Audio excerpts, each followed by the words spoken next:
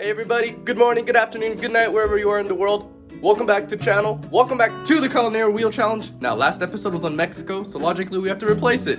Here's the winning comment. As you guys can see, Germany. So Germany's gonna fit in right into slot number 1. We're gonna jump right into the wheel spin and see what we get this episode. Alright everybody, before we jump in, I got a quick announcement to make. Now, I want to be creating a second series on this channel, because obviously you guys know we have the Culinary Wheel Challenge, but we don't have really anything else. So maybe the first week of every month, I'm looking to drop a different type of video. So you guys give me advice, give me a small tips or suggestions you guys want to see in the comments down below. I'll make sure to read everything as I start to draft a different project. It could be something between comparing different types of food. So what is the best, let's say, tea, what is the best coffee, what is the best soda, what is the best chip brand or something like that, or even chip flavor within one brand. Just let me know what you guys want to see. It could be something fun, something to alternate from the typical Culinary Wheel Challenge. Now we're going to quickly jump into the wheel spin. Alright, wheel spin. Right here. What each country means. Got you? Okay, let's move on to the wheel spin. Alright, like always, any country in the wheel is going to be fun because we're always learning no matter what. Let's see what we get this episode. Number 14, we get Korean food. Okay, I love Korean food. The budget's going to be really, really interesting. I think it has quite a bit of room for, whether it's a small budget or big budget, so that's going to be fun. Now we're going to quickly jump to the budget. Just let me list it right over here. You guys can see what each number means. Alright, jumping into the budget real quick. I think most of the time we've had a pretty decently big budget, so I guess it's about time we should probably get something small. Number 12. $10. Well, there you go. I jinxed it maybe. $10 on Korean food. I'm gonna do some planning and I'll be right back. Alright everybody, we're back home. Got everything planned out and today we'll be making bibimbap. Now this is a very traditional Korean dish, quite popularized especially on the international scene, and I've seen a lot of versions go around. We're gonna try to keep it somewhat traditional. Obviously we have a very low budget, so it's gonna be rather hard.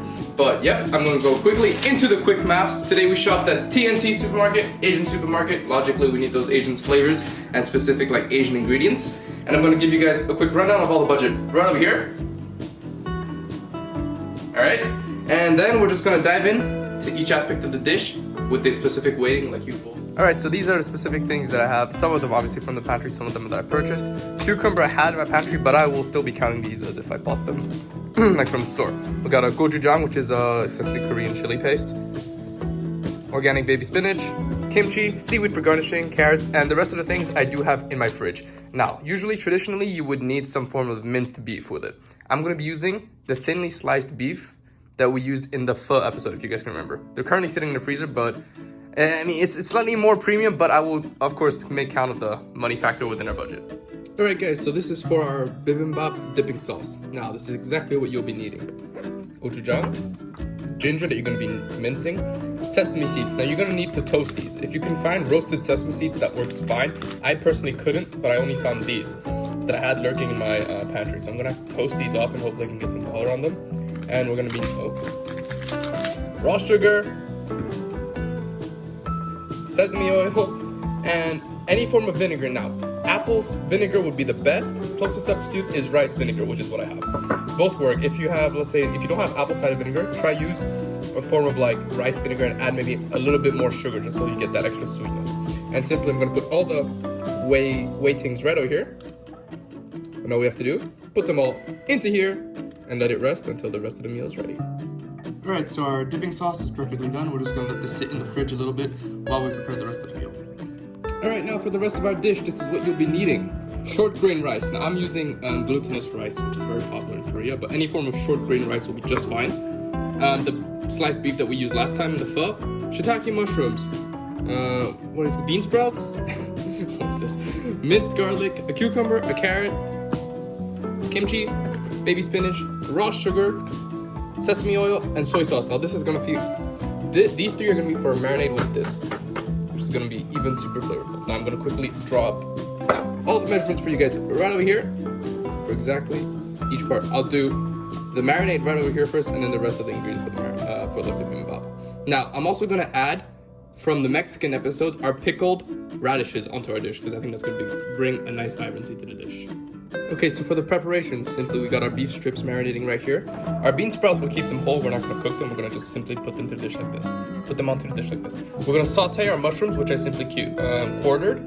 Baby spinach, we're also going to saute them, and so are carrots. Also, the front here, we're sauteing. This, we're keeping fresh.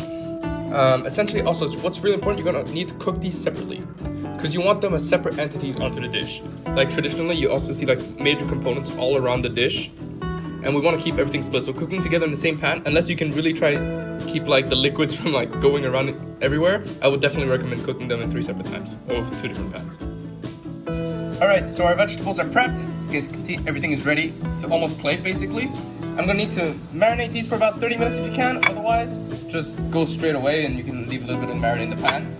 And yeah, we're gonna cook off our beef strips. Alright everybody, so our rice is just about to finish up. Every single other component of our dish is ready. I'm gonna need to fry an egg, but I'm doing that last minute to make sure we keep it nice and warm. But yeah, we're gonna move on to our favorite part, plating.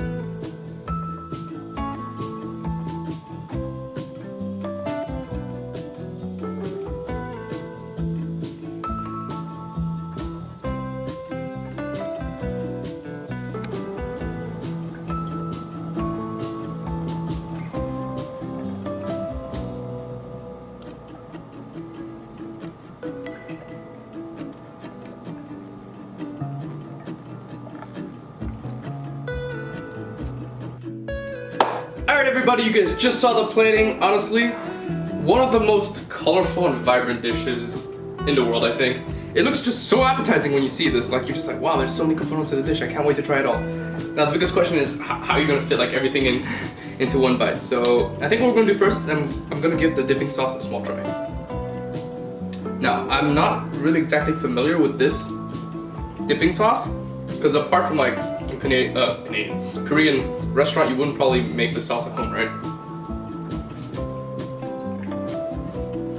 It's a nice sauce. It's got a slight kick, which I think, apologies, which I think will go really well with our beef, which is a little sweet.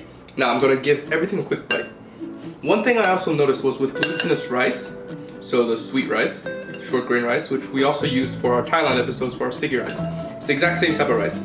It's much more, I guess, maybe not like individual grain, but like more gluey. Let me cut that part out. That makes no sense. Alright, we're gonna give it a try with a little bit of everything if I can, or as much as possible. Right here, we got about 5 components out of the 9. We'll give it a shot.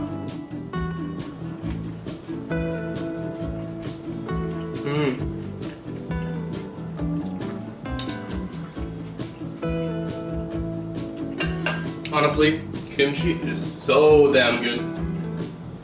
It just goes so well. The spinach gives a nice green texture, more like chewiness. The rice also quite sweet, which is quite interesting. The beef honestly tastes really good, really tender, but then again, I used quite premium piece of meat.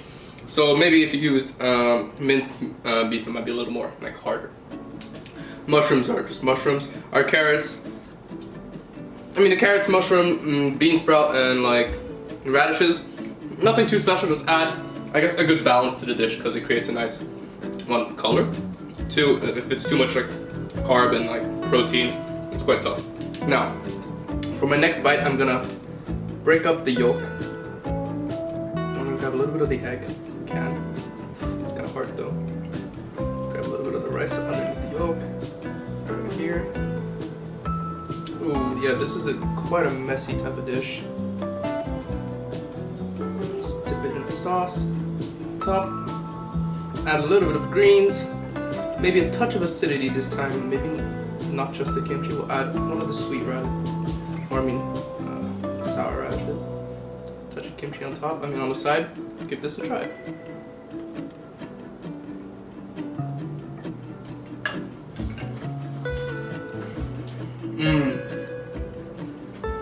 It's so good. I honestly love jumping from like Central America dish to Asia. Next episode could be Europe, South America, could be Africa. We never know where this wheel takes us. And it's honestly so exciting. It's honestly quite liberating also because, you know, during the week, I'm not necessarily eating obviously as well as this because I'm more like simple meal prep and all that. But like one time per week, you gotta treat yourself, guys. Whether it's, you know, something like go out to a restaurant or if you want to cook yourself a meal, I would 100% recommend. It's very therapeutic too, in my opinion. Just, you know, de-stress, and it's also a really fun experience. You get to learn a lot of things. Now, I hope you guys enjoyed this episode. I sure did. I'm gonna go out and finish this off camera. Oh wait, rating. Probably a solid 9. Solid 9. It's honestly a super well balanced dish. One of my favorite Korean dishes ever. And yeah, I would highly recommend it. Hope you guys enjoyed this episode. Make sure to leave in the comments suggestions on the new type of series you guys want to see, and also leave a comment to see which country you guys want to see on the wheel to replace Korea. Alright, that's all for me, guys. See you next episode.